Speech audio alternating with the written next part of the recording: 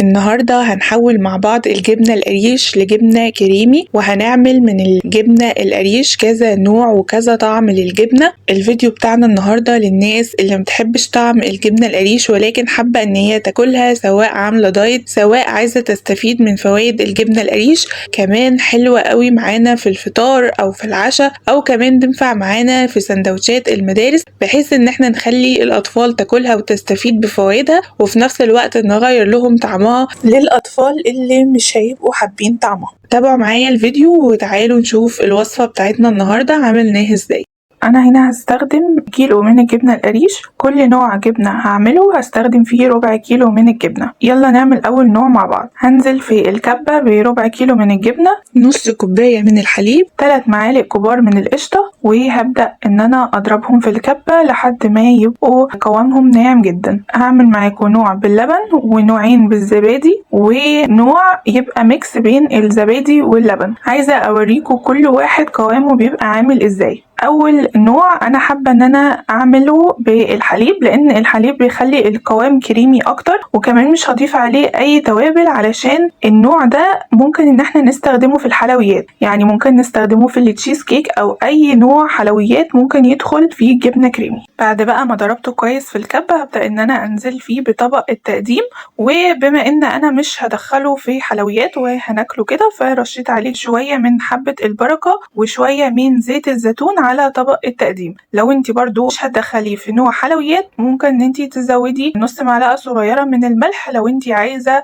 يعني الجبنه تبقى مملحه شويه. نسيب بقى الطبق بتاعنا على جنب وندخل في النوع التاني. هنزل بربع كيلو من الجبنه، كوبايه من الزبادي، شويه من الزيتون الاخضر او الاسود حسب ما متوفر عندك او حسب نوع الزيتون اللي انت بتحبيه اكتر. نزلت كمان بمعلقه صغيره من الزعتر، ومش هحط ملح، انا هكتفي بالحدوقيه بتاعه الزيتون. هضرب بقى كل المكونات في الكبه لحد ما يوصلوا للشكل الكريمي اللي انتوا شايفينه ده. هنرجع بقى لطبق التقديم وننزل بتاني نوع من الجبنه اللي احنا عملناه. نزلت بالجبنه وبعد كده بدأت ان انا ازينها بشويه من الزيتون الاخضر على الوش بالشكل ده. نسيب بقى طبق التقديم على جنب ونرجع نعمل تالت نوع.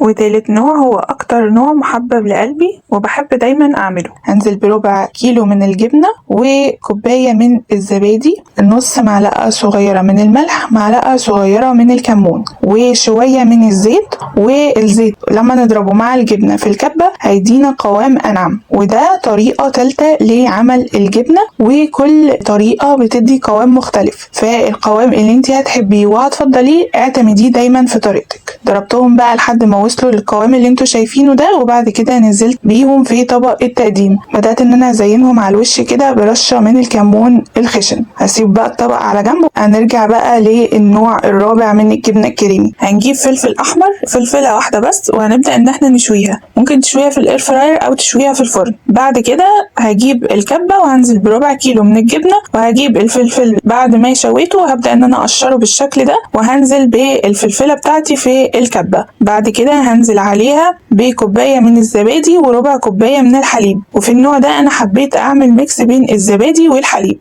نزلت كمان بنص معلقة صغيرة من الملح ومعلقة صغيرة من البابريكا، ويفضل ان هي تكون مدخنة عشان اخلي الجبنة فيها الطعم المدخن، لكن لو مش متوفرة عندك خلاص حطي بابريكا عادية مفيش مشكلة. انا هنا كنت نسيت ان انا احط زيت الزيتون، فبعد ما ضربت المكونات رجعت حطيت زيت الزيتون واديتها ضربة كمان عشان بس الزيت يختلط معاهم. بعد كده هرجع بقى لطبق التقديم اللي انا حاطه فيه انواع الجبنة بتاعتي، وهنزل باخر نوع عملناه مع بعض. وكده انواع الجبن بتاعتنا النهارده خلصت، واتمنى تكون الوصفة عجبتكم، وهستنى رأيكم في الكومنتات، وعايزاكم تقولوا لي ايه اكتر نوع حبيتوه. اتمنى يكون فيديو النهارده عجبكم. ما تنسوش اللايك والشير. كان معاكم اسراء، سلام.